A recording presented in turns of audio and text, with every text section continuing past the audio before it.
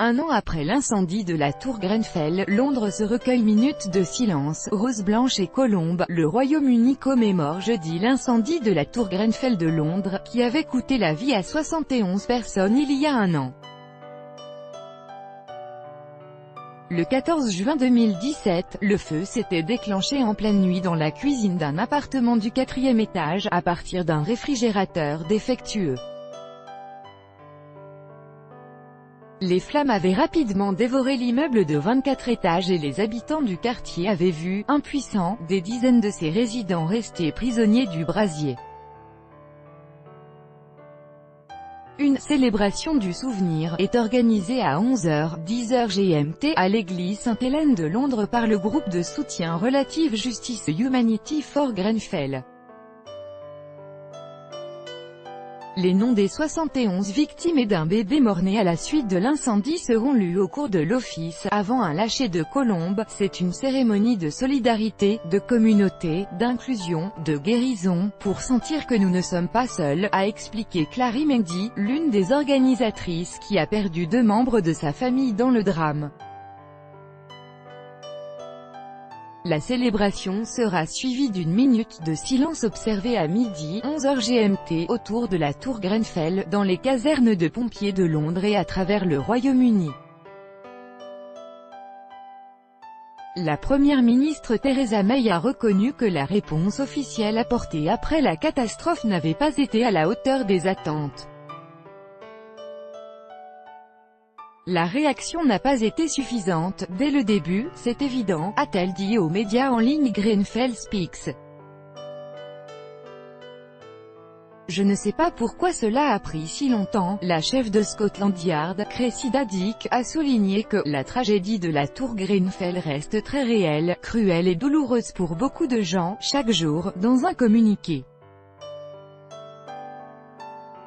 Nos agents continuent à travailler dur pour faire progresser l'enquête de police, l'enquête publique et soutenir les familles. Le temps n'a rien fait. Les commémorations ont débuté dès mercredi soir, avec une veillée non loin de la carcasse carbonisée de la tour qui a récemment été couverte de grandes bâches blanches. Nous voulions un moment privé pendant lequel nous pourrions recréer l'esprit communautaire dont nous sommes si fiers, a déclaré Samia Badani, la coprésidente d'un conseil représentant 1 millier de familles. Les habitants ont déployé banderoles et t-shirts imprimés avec des slogans exigeant que justice soit faite après l'incendie le plus meurtrier qu'ait connu le Royaume-Uni depuis la fin de la Seconde Guerre mondiale.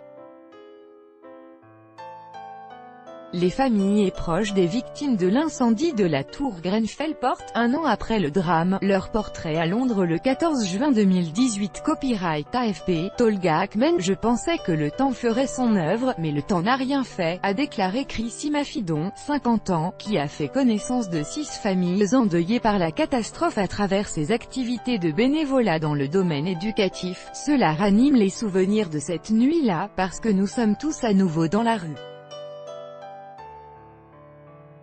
Je vois les mêmes visages, a-t-il ajouté au milieu de dizaines d'autres personnes qui ont pris part ensemble à un dîner. 72 secondes de silence. Des personnes se recueillent devant les photos des victimes de l'incendie de la tour Grenfell, le 13 juin 2018. Copyright AFP, Tolga Akmen. Des dizaines de personnes portant des roses blanches et des photographies de leurs proches décédés ont participé dans la nuit à une procession qui s'est achevée au pied de la tour. Presque toutes portaient des écharpes vertes, la couleur retenue pour symboliser la tragédie. La tour elle-même porte à son sommet de grands cœurs verts et les mots « Grenfell pour toujours dans nos cœurs ». Elle a été illuminée de vert dans la nuit, comme d'autres tours du quartier et le bureau de Theresa May à Downing Street. À minuit 54, l'heure à laquelle les services de secours ont reçu les premiers appels de détresse, une brève sonnerie de trompette a lancé un silence de 72 secondes, alors qu'une pluie fine commençait à tomber.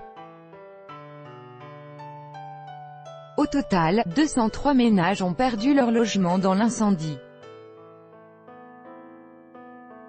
Parmi eux, 83 ont déménagé vers un logement pérenne, le reste vivant encore à l'hôtel ou dans des hébergements provisoires.